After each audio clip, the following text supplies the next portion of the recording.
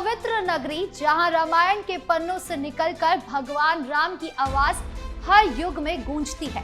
ये कहानी है उस जमीन की जहां आस्था और विवाद ने ऐसा तूफान खड़ा किया जिसने भारत के सामाजिक और राजनीतिक ढांचे को हमेशा के लिए बदल दिया।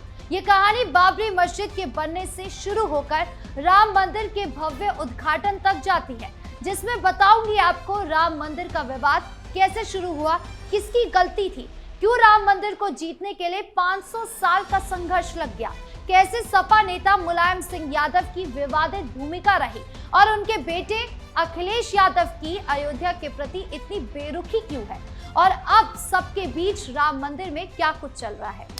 1528 मस्जिद का जन्म। कहानी शुरू होती है 16वीं सदी से, जब मुगल बादशाह बाबर के सेनापति मीर बाकी ने अयोध्या में एक मस्जिद बनवाई। इसे बाबरी मस्जिद कहा गया, जो रामकोट पहाड़ी पर खड़ी थी। हिंदुओं का मानना था कि यही वो जगह है जहां भगवान राम का जन्म हुआ था, राम जन्मभूमि। कुछ लोग कहते थे मस्जिद बनाने से पहले वहां एक पुराना मंदिर तोड़ा गया। हालांकि इतिहासकार इस बात पर एकमत नहीं थे।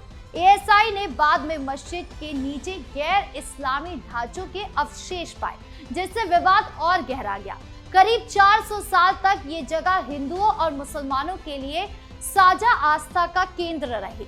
मस्जिद के अंदर मुसलमान नमाज पढ़ते तो बाहर हिंदू राम चबूतरे पर पूजा करते।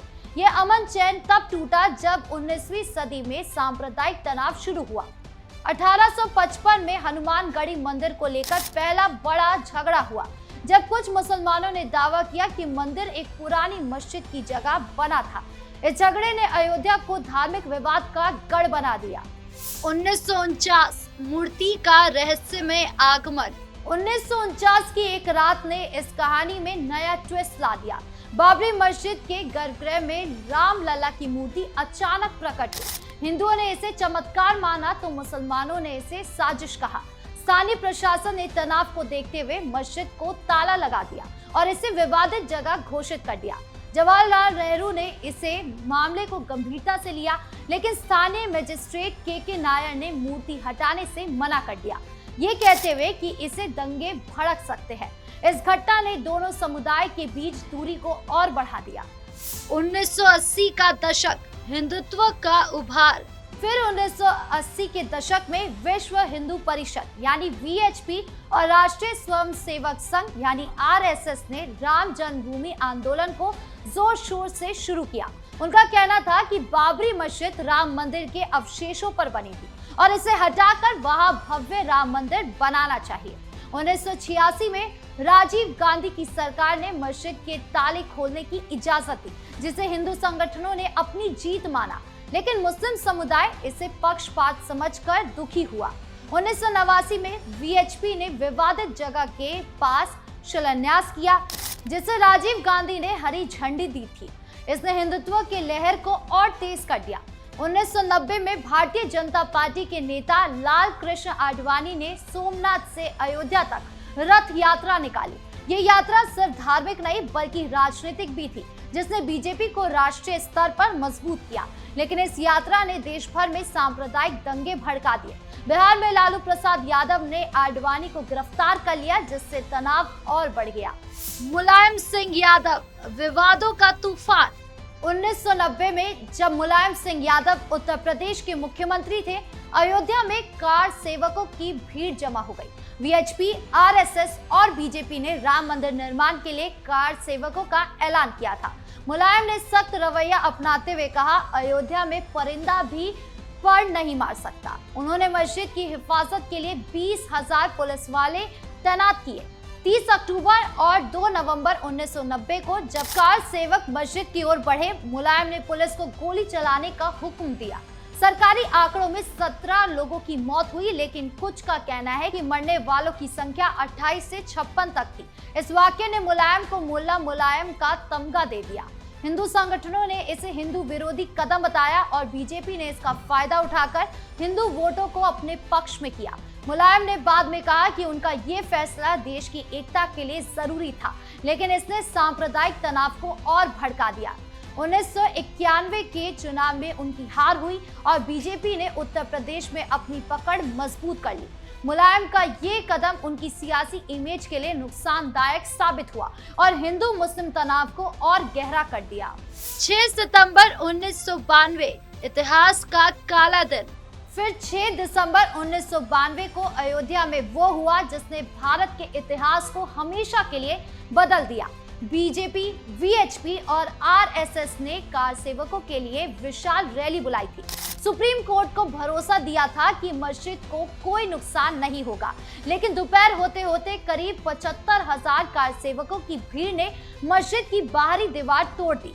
हथौड़ों, रॉड्स और फावड़ों से लेस भीड़ ने कुछ ही घंटों में 16वीं सदी की बाबरी मस्जिद को ढहा दिया। वहां एक अस्थायी राम मंदिर बनाया गया और इस तोड़फोड़ ने देश भर में सांप्रदायिक दंगे भड़का दिए।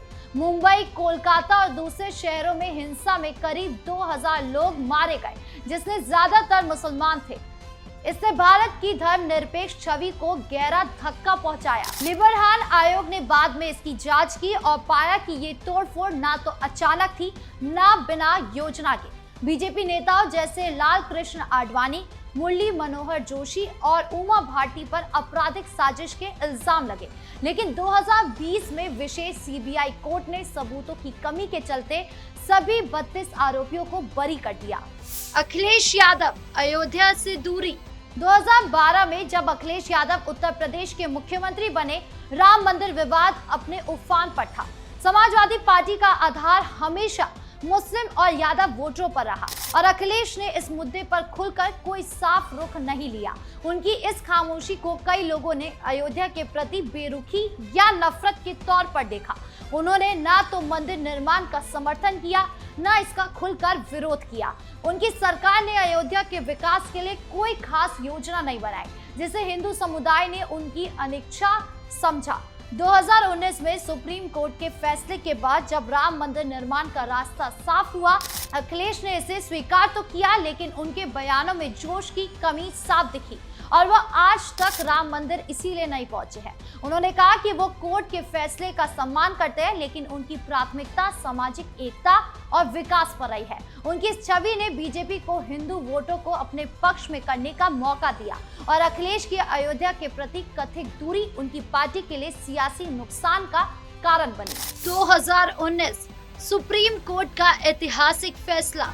दशकों तक चले कानूनी झगड़े के बाद 9 नवंबर 2019 को सुप्रीम कोर्ट ने ऐतिहासिक फैसला सुनाया।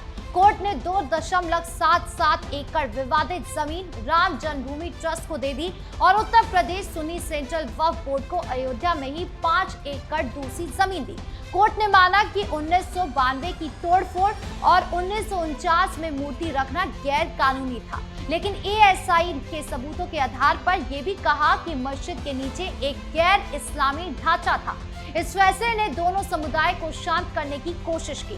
2020 से 2024 राम मंदिर का सपना सच हुआ। 5 अगस्त 2020 को प्रधानमंत्री नरेंद्र मोदी ने राम मंदिर का शिलान्यास किया। ये बीजेपी के लिए बड़ी सियासी जीत थी, जिसने 1984 में 2 सीटों में शुरू होकर 1996 में 161 सीटें जीती। 22 जनवरी 2024 को राम मंदिर का भव्य उद्घाटन हुआ और उस दिन जीत हुई करोड़ों हिंदुओं की, जिन्होंने राम मंदिर का 500 साल का संघर्ष देखा। नगारा शैली में बना ये मंदिर उत्तर भारत की वास्तुकला का प्रतीक है। लाखों भक्तों ने इस दिन को त्योहार की तरह मनाया और अपनी जीत समझी।